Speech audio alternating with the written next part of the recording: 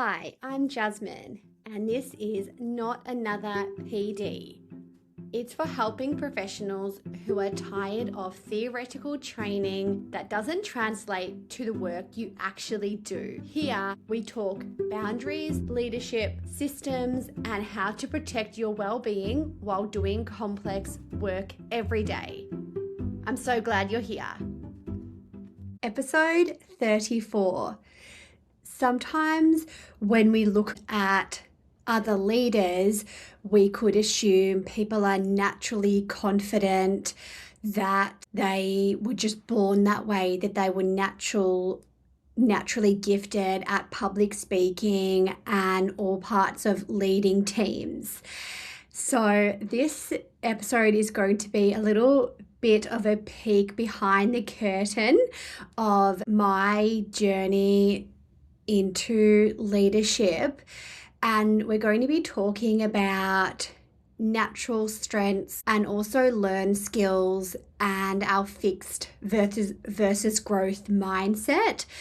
And we all have our own limiting beliefs that may hold us back into stepping into that next position as a leader. We're going to be talking about those limiting beliefs and how they hold us back as well. So despite the fact that I now have a podcast and speak publicly quite often, it wasn't something that I naturally felt comfortable doing. In fact, quite the opposite.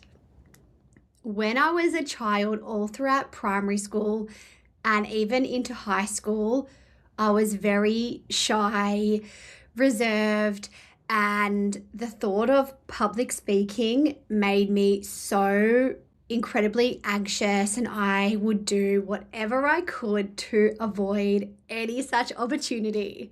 I never volunteered to present first in English class when we had oral presentations, and the teacher would say, who wants to go next, and then who, and then who's next, and I never ever put up my hand. I thought that avoiding difficult things would actually make things easier for me. But unfortunately, I was never able to avoid doing that oral presentation for English. In fact, I felt that the more presentations of other students I watched before mine, my feeling of anxiety actually worsened and it grew. I came to that realization that I couldn't avoid the inevitable. And it wasn't something that I thought I could ever improve in, public speaking, or something that I wasn't particularly interested in, if I'm being honest with you. And so I carried along these parts of my identity, which became my, internal narrative over the years, that I'm shy, I'm not good at public speaking, I'm that quiet person that people don't tend to notice.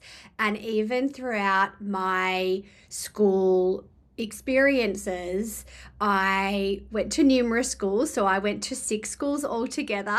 So it probably didn't help that I had that experience of being the new child and consistently the new child. But I just noticed that there were other students who just seemed naturally gifted at public speaking. They were naturally confident. When they entered a room, people noticed that they were there. Whereas I had that opposite experience. I was shy, reserved, unassuming at times, and didn't really want to be seen. And it didn't really hold me back academically. I was always quite interested in the academic part of school. I didn't really realize that this internal story I was telling myself, that I'm not good at public speaking, I'm that shy person people don't tend to notice, I didn't realize it would actually end up holding me back. And when I moved into the community services industry, I started wondering around this fear or extreme discomfort at public speaking, at being seen, at being noticed. could actually start to negatively impact my career opportunities, such as leadership opportunities, being visible and actually being noticed for the really great work I was doing with the clients, also career progression, and even just my confidence in the role that I was doing. So I acknowledged that I didn't have a natural strength in public speaking. And it's something that I decided to push myself out of my comfort zone and look for opportunities to get better at it. In fact, the first public speaking opportunity I had, it wasn't actually through any choice of my own. It certainly wasn't a voluntary opportunity that I put my hand up for. I was doing a placement, and this was prior to me being qualified as a social worker. I did studies in community services and community development, and I was doing a placement for a non-profit organisation in Melbourne's western suburbs.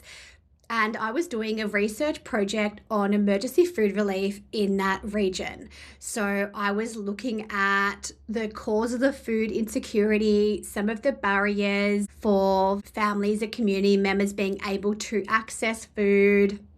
I was also looking at local services that provided emergency food relief, what their eligibility criteria was.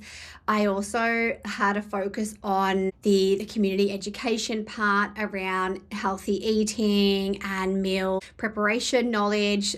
So that was part of this research project. It was a really interesting research project, and I assumed I would just do my research, write up my report, provide it to my supervisors at the time, and that would be the end of the project.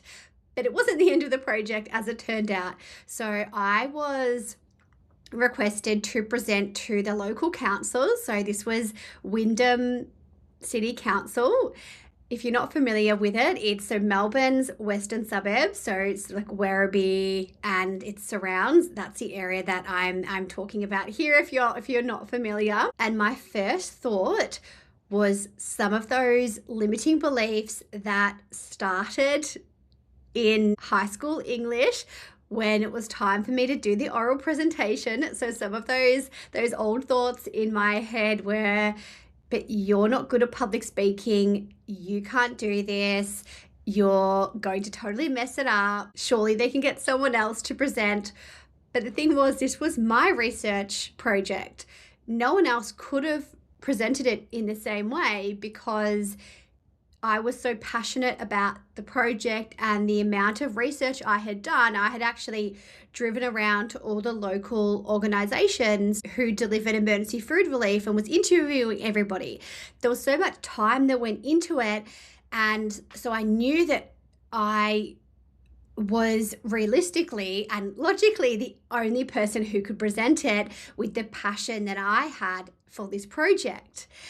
And one of my thoughts was, do I just avoid doing it? Do I say I feel sick, say I feel unwell? Then that was the fear in me talking. But then I started to think about, well, what are the opportunities? So I have the opportunity to present on this really important topic that's relevant to the community to local council.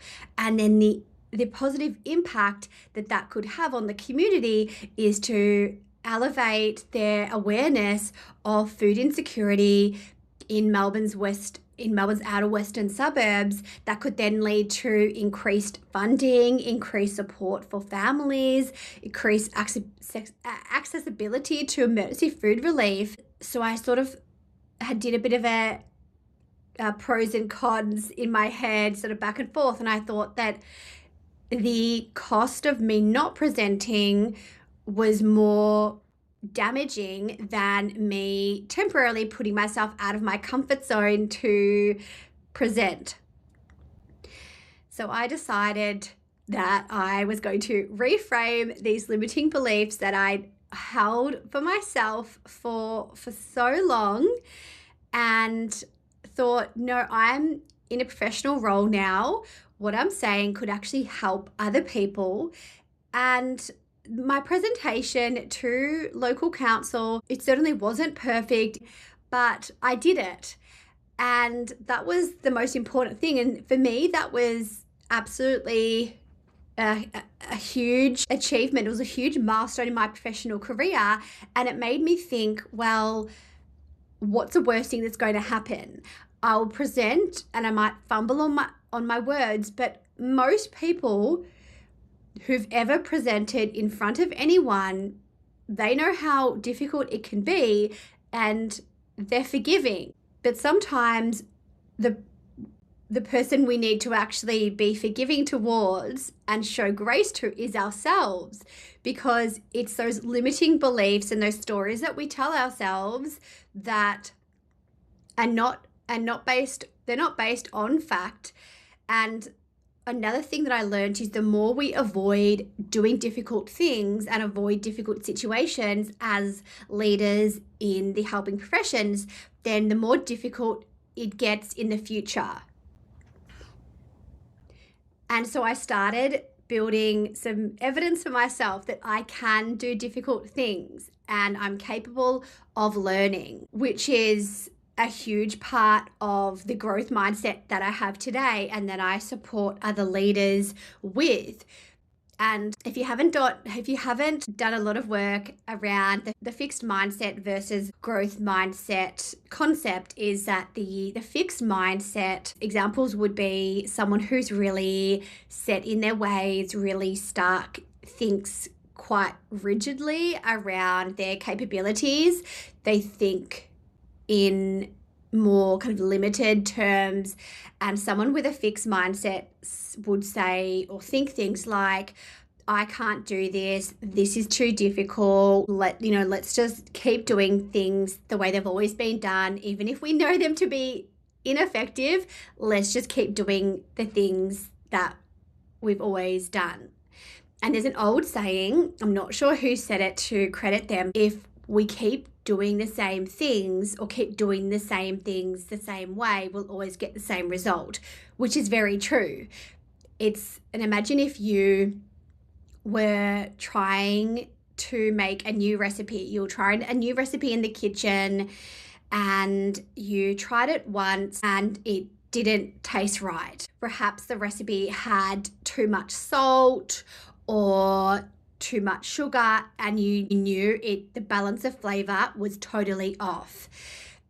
You could display that fixed mindset and then say, okay, well, this is the way the recipe is written, and keep consistently making the recipe in this exact same way. And every time you're getting the same result. The dinner is too salty or the cake is too sugary. So that's that fixed mindset. You're almost closing your mind off to the possibility that things could look a little bit differently. So using that same example for someone who has a growth mindset would actually look at, okay, there's something a bit off about this recipe. It's not great the way it is, but I can fix it. Like, I can try a different way. So I can try reducing some salt.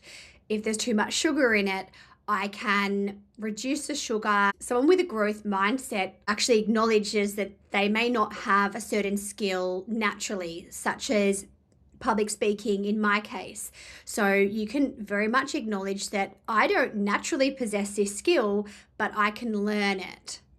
And some skills are developed and improved over time through us repeatedly trying these activities. So looking for opportunities to actually push yourself out of your comfort zone, to lift yourself out of the fixed mindset and into the growth mindset. Someone with a growth mindset is prepared to be uncomfortable at times. And feeling uncomfortable at something like public speaking, it doesn't necessarily mean that you're bad at it or that you're incapable of refining and improving on that skill and that you should avoid it.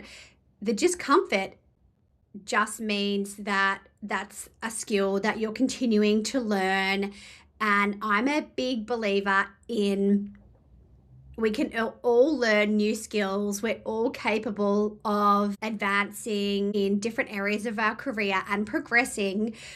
And even with public speaking for me, it definitely got easier through me actually exposing myself to new opportunities And the same applies for leadership in general. Some leaders get uncomfortable in certain situations, such as attending professional networking meetings, having difficult conversations with their staff. And conflict resolution is a huge one that I hear of in the leaders that I support, that they may feel unskilled at supporting staff to resolve conflict, or if there's conflict between one of their staff members and a client, or vice versa. These are things that may sit uncomfortably with us as leaders, and using that growth mindset, these are skills that we absolutely can get better at with perseverance, with being prepared to actually push ourselves out of our comfort zone.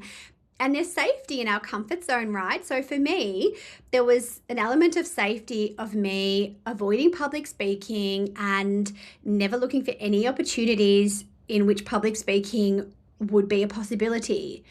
I also avoided public speaking at formal family events. So at either of my daughter's baptisms, I didn't speak either, even though I knew everyone that was there.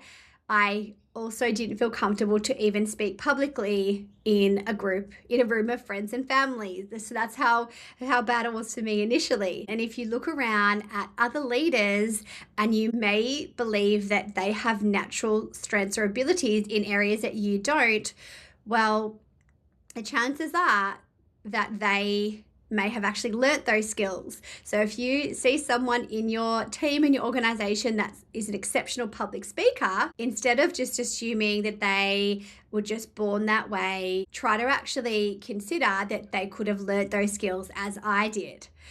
And I wanted to end on some questions for leaders, some reflection questions that you can have a think about. You can also speak to fellow leaders as well, and people around you, to get some further insights if you're not really sure. What are you naturally good at? What strengths do other people notice in you?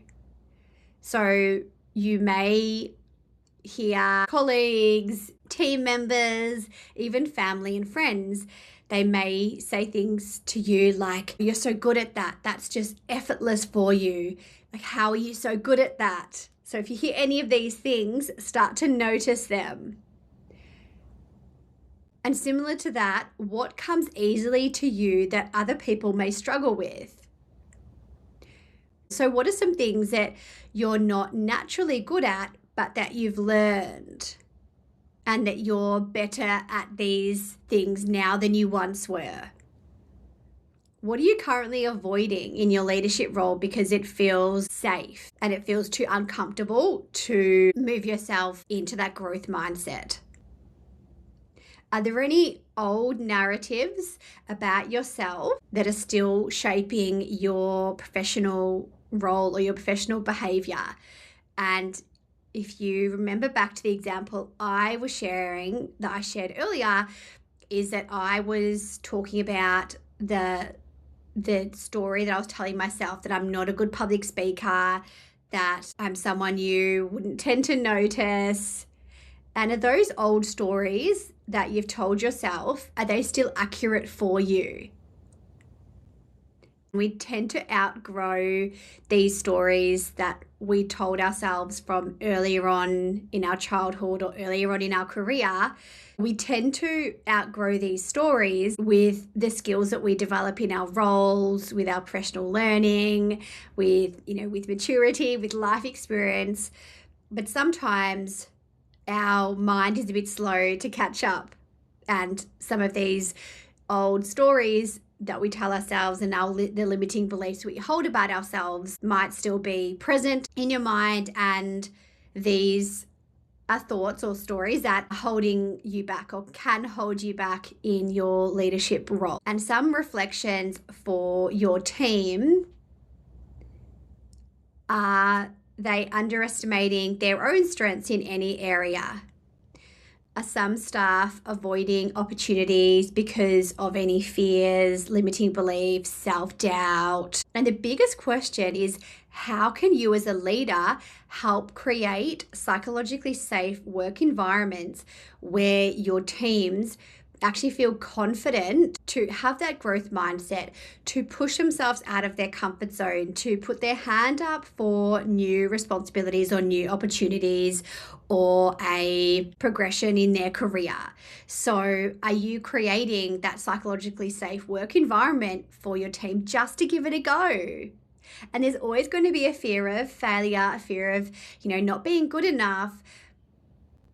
But once we're in the growth mindset, it's amazing what we can accomplish and what we can support those around us to accomplish. So I'd like you to think about some of your natural strengths and some of those skills that you're still developing, and what a growth mindset looks like for you. And a growth mindset is not pretending that everything's easy.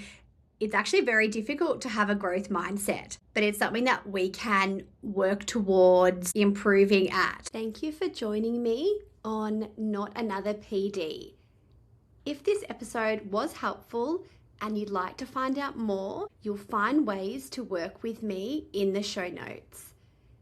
And if there's a topic you would like covered or someone you think should be on the podcast, I'd love to hear from you. Remember, clear boundaries don't just protect our clients, they protect us too.